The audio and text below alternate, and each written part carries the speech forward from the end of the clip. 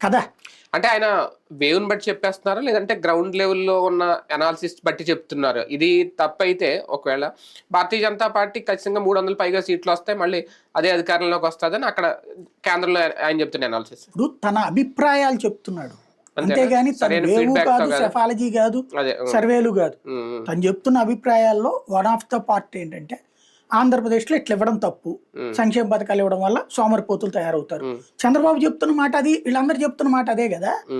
మరి అదే మొక్క చంద్రబాబు నాయుడు రేపు ఎక్కువ ఇస్తే అవదా? మరి ఆ ముక్క ఎందుకు చెప్పట్లేదు అతను?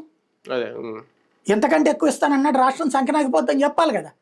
అడిగేవాడు కూడా అడగట్లేదు. మీరు చూడండి, అడుగుతున్నటువంటి వాళ్ళందరూ తెలుగుదేశం అనుకూల ఇంగ్లీష్ మీడియాకి సంబంధించినటువంటి మీటింగ్స్ లో ఎక్కడ ఆ జర్నలిస్ట్ మరి ఇప్పుడు ఇట్లాగైతేనే ఇట్లయితే నాశనం అనుకుంటే 2.5 లక్షల కోట్లు అప్పయింది అనుకుంటే, రేపు పొద్దున ఎంతకంటే 1.5 కోట్లు ఇంకో 50,000 కోట్లు ఎక్కువ ఇస్తానన్నాడు చంద్రబాబు నాయుడు.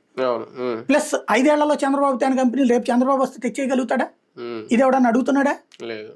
మరి అక్కడ ఏంటి ఇది? ప్రశాంత్ కిషోర్ తో ఒకటి మాట్లాడిస్తున్నారు వీళ్ళే. అంటే లేదా అతనికి తమ అభిప్రాయాలు చెప్పుండొచ్చు, రాష్ట్ర నాశనం అయిపోతుంది. ఇప్పుడు ఒక వైట్ రేషన్ కార్డు నాకేనాడు రాలేదు, నేను నా ఉద్యోగం చేస్తున్నప్పటి నుంచి పన్నులు కడుతున్నా, ఆ స్థాయిలో ఉన్న వ్యక్తిగా నాకు ఇవాళ ఒక చిరాకు ఉంది.